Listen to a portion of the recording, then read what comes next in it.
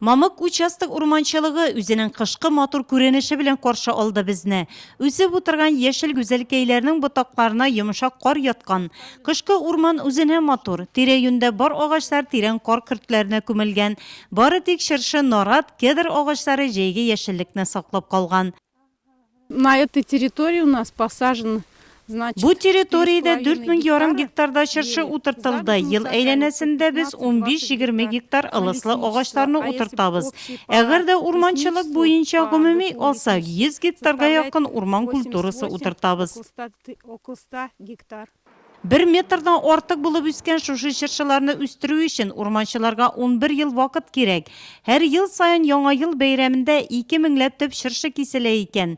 Быел Нурлат урманчылыгы халыкка һәм белем бирү учрежденияләрендә, предприятиеләрдә төп бәйрәм символын кую өчен 1500 төп шыршыны сатарга планлаштыра. В этом году в декабре выявили. Быел декабрь айында ылыслы агачларны законсыз кисү буенча бер факт ачыкланды. Үткән ел 2-3 факт теркәлде. Һәр елны административ хокук бузулар булгалап тора. Яңа ел бәйрәме якынлашкан сайын урманчыларның да мәшәкатьләре арта. Ылыслы агачларны рөхсәтсез кисүчеләргә карата сакны көчәйтә алар. 20 декабрьдән 31-нә кадәр үткәрелгән шыршы операциясенең максаты да ылыслы агачларны законсыз кисүдән саклау һәм сату фактларын ачыклау. Әлеге уңайдан урман массивларында хезмәткәрләр тәүлек дәвамында патрульлек итә. Алар шулай ук ЮХИДИ хезмәткәрләре белән берлектә шәһәргә керүче шыршы төягән машиналарны да тикшерә. Эта ель идет проверка елей, переводка елей. Проводится профилактика эшләре алып барабыз. Хокук саклау органнары хезмәткәрләре белән берлектә постлар оештырыла. Маршрут буенча патрульләр үткәрелә. Шул рәвешле административ хокук бозуларны ачыклыйбыз. Урманчылар белдергәнчә, елның-елы законсыз ылыслы агачларны кисәргә теләүчеләр табыла икән. Андыйларга саллы штрафлар каралган. Моның өстенә табигатькә китергән зыян өчен дә түлисе була. Штрафлар исә шыршы наратның озынлыгына да бәйле. У нас за лесонарушение. Бездә законсыз рәвештә урманга зыян китергәндә акт төзелә. Шыршы өчен 1250 сум күләмендә штраф салына.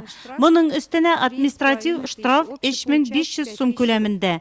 Гомуми юл 5000 сум тәшкил итә. Әгәр дә 5000 сумнан күбрәк булса, җинаять буенча эш кузгалтыла.